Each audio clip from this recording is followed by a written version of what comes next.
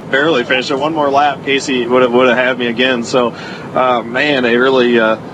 First, we had just an unbelievably fast car the whole time, and that last run, we just the car kept getting looser and looser and looser, and I did a poor job figuring out where I wanted to get around lap cars. They left me all kinds of room, and I just kept making my car looser and looser when I got in their dirty air. So anyway, I almost gave it away. I'm glad we didn't. Even the last corner, I was like, okay, I got a 2-car length lead, and I still drove into 3 too hard, and still got all the way up to the gray, and almost lost the race for these guys. So proud to be standing here. I'm glad that we got the win, and man, this race team's strong.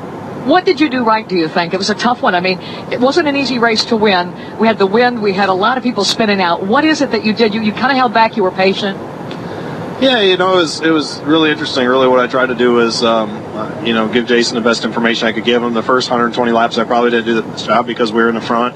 I just stayed on the bottom, and we had really fast lap times. And other people were looking for grip and moving around. I really wasn't. So in a way, when we got shuffled back with people's different pit strategies, it was almost helped us. Because I had to really look around the track for grip and try some different things. And when the sun came out and the rubber got on the track, we realized that we needed to work on our cars. So Jason made an awesome call for a great adjustment there at the end. I didn't know what I wanted, honestly. I was like, man, it's kind of tight here and it's kind of loose there, and he made the right adjustment. So he did a great job. Sounds like this is a winning combination. You could see it when you were standing up there. Are you feeling so much at home with him now? And after a win, and you just roll on from there and a pole. Yeah, I mean, before we ever got to the racetrack, I've really all off season and since we put this deal together, I just had a really, really strong feeling about it. I just did, and obviously I still do. So, we've had fast race cars. All the stars are aligned. I feel like we've had fast enough cars as an organization to win almost every race. With everything going right, we've had cars that have been that competitive. So,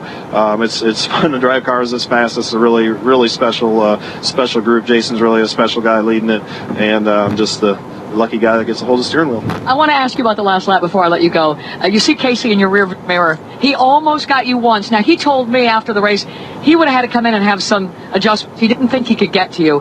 He almost did, then he fell back. What were you thinking, and were you very calm in that moment? That's what I was thinking. What are you thinking? So, with about 20 to go, I felt really good about things. We had a really big lead on them. I had something kind of where my car would work really good through 1 and 2. 3 and 4 was much more of a struggle, but I could yard him pretty good off of 2, and then we'd break even, or he'd get me a little bit in 3 and 4. And then once I started lapping traffic, and I just couldn't figure out where I needed to get around him, and it just would really slow me up. And I drove into, to pass the 47. For some reason, I thought he was going to go to the bottom, and he went to the top, and I was already committed to the top, and I almost stopped up there, and I bet you I gave up a second and a quarter to Casey right there, and that was the beginning of the struggle. It was I had to dig deep to get her back in front of him. Why is it everyone almost spun out in 2, and what did you feel inside the car? Well, there's a lot of things. The wind had a little bit to do with it. That made turn 2 and turn 3 a lot trickier than turn 1 and turn 4. But it's tough. The track's got a ton of grip, so you bring a tire that does not have very much grip, and you're depending on all the air. And when you get in turbulent air and put the wind on top of that, it just it's real easy for it to get away from you. All right, last thing. If we turn over here, your little girls, they've been sitting in a pile of confetti, and actually, they've learned how to throw confetti at the cameras so that it makes a great shot. And everybody has got some great shots of your little ones. But what is the most meaningful part of all of this to you, just sort of enjoying this celebration? It's hard to pick just one thing. I mean, just winning. That's what we all do it for, and this is by far the best part of the sport. When you can win races, it's really hard to win these races, and you have to appreciate every single one of them as they come along, and really enjoy it in the moment, because you don't know if you'll ever get another one, or when or if you'll get another one. So just really enjoy it. Just love coming here and seeing the guys, and of course it's special when the girls can be here as well.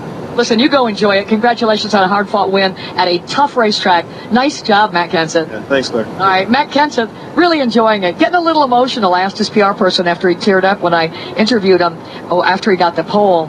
And she told me, she said, well, those 2 little girls have had a lot to do with that. He is just having the time of his life. He's funnier than he's ever been, more emotional than he's ever been. And obviously, it is a huge, huge moment for him to stand here. You never know when you're going to one. I think you never know when you're going to get another one. I think we're going to see a lot more out of this team because Jason Ratcliffe and Matt Kenseth are incredibly strong. Well, I interviewed them